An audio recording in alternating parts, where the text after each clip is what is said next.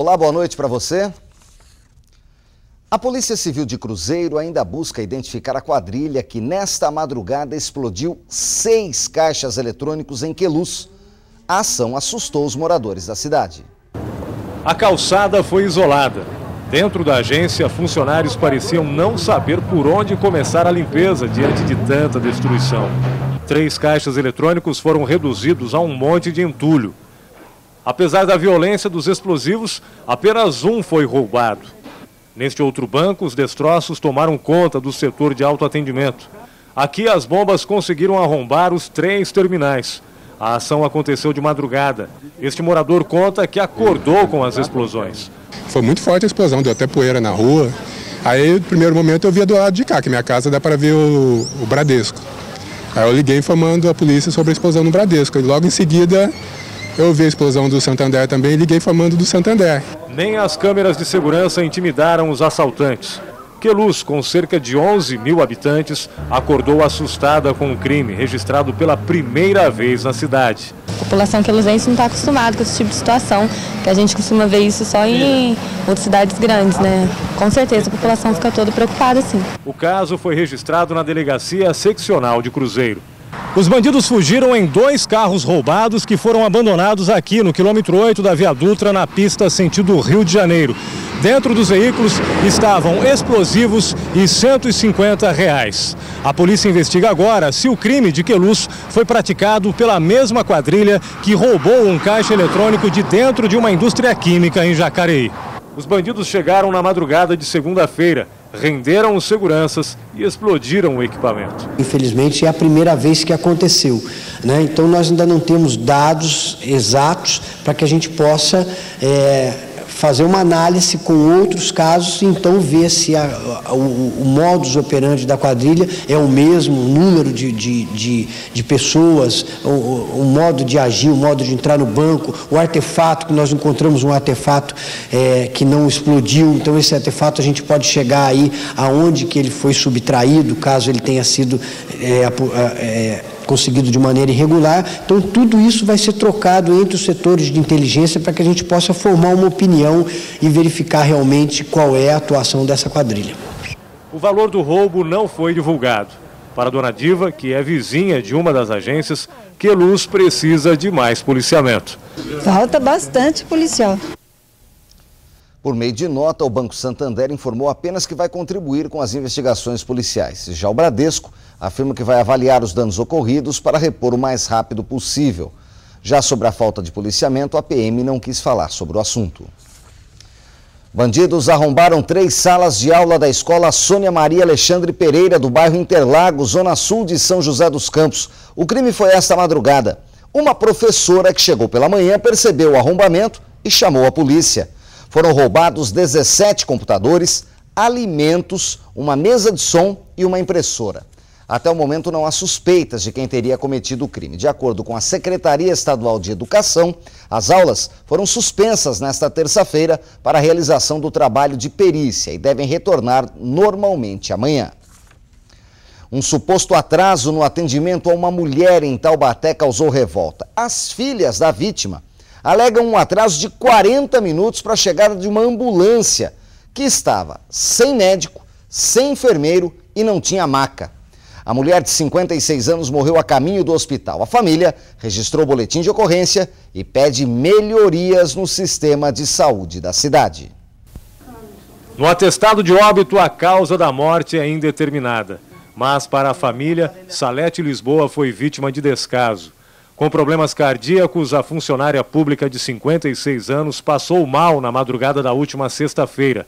As filhas ligaram para o pronto-socorro de Taubaté e pediram uma ambulância, que apesar da gravidade, demorou a chegar. Ela começou a passar mal, acordou a gente, falou que estava com um pouco de falta de ar, que se ela piorasse era para estar chamando uma ambulância para estar levando ela para o hospital.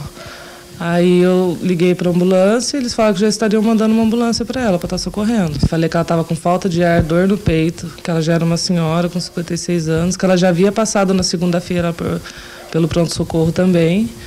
E ela falou que já estaria enviando ambulância para a gente. E aí, o que aconteceu? Daí a gente aguardou em torno de 40 minutos até conseguir que chegasse uma ambulância. A mulher precisava de atendimento de emergência. mas a prefeitura enviou um veículo sem equipamentos. E não havia também sequer um enfermeiro para prestar os primeiros socorros. Ele disse que não tinha nenhuma ambulância disponível, que estavam todas ocupadas. Só que quando a gente chegou no hospital, tinha 3, 4 ambulâncias lá das completas e o hospital estava vazio, estava sem atendimento. Então foi uma revolta muito grande que deu. 4 dias antes de morrer, Dona Salete deu entrada no pronto-socorro municipal com os mesmos sintomas: dor no peito e falta de ar. Ela foi medicada e liberada no mesmo dia. As filhas afirmam que houve negligência médica. Já fizeram um boletim de ocorrência e agora pretendem entrar na justiça contra a prefeitura. Acho que está tendo um descaso muito grande na saúde em relação à população. Eu acho que se você liga, se você está precisando com urgência de um atendimento, uma pessoa está passando mal, você tem que ter rapidez. Essa rapidez é a diferença de salvar uma vida ou não. Eu não quero que aconteça com mais pessoas isso, não quero que mais filhos percam mãe, que perca pai, que um filho venha passar mal, um pai perca um filho.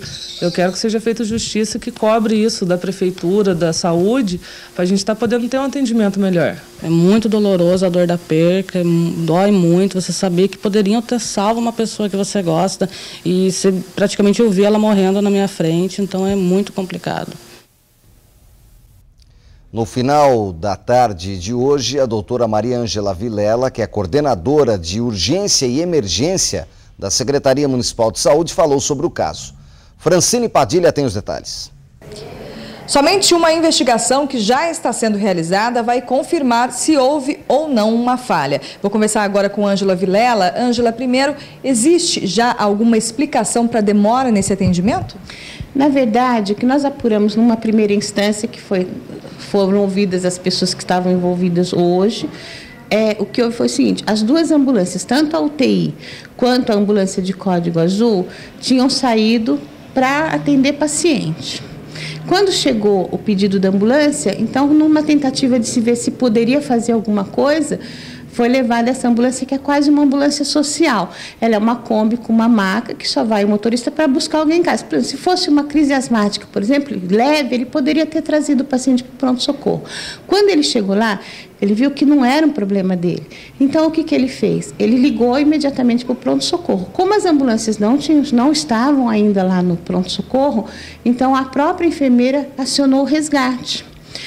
E quando a ambulância chegou, entrou em contato de novo, mas aí o resgate já estava lá dando atendimento. Agora, quais são os próximos passos? Bom, na verdade, a gente ainda vai ouvir outras pessoas, vamos checar todas essas informações, porque tudo isso é muito bem anotado entre solicitação de transferência, solicitação de exame, tudo isso vai ser feito. E, na verdade, nós estamos tomando medidas para que isso não aconteça mais. Ok, então, obrigada pela entrevista. Francine Padilha, de Taubaté, para o Band Cidade. 2 homens e 6 menores foram detidos nesta madrugada no bairro Vila Romana, em Cruzeiro, acusados de tráfico de drogas.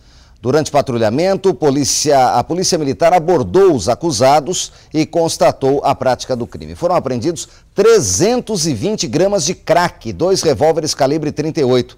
Os 2 maiores foram encaminhados para a cadeia de Cruzeiro. Os menores prestaram depoimento e foram liberados. E depois de uma vistoria no prédio Edgar Magalhães Noronha, o presídio Pemano de Tremembé, foram encontrados 18 papelotes de maconha e 24 de cocaína, além de 6 celulares.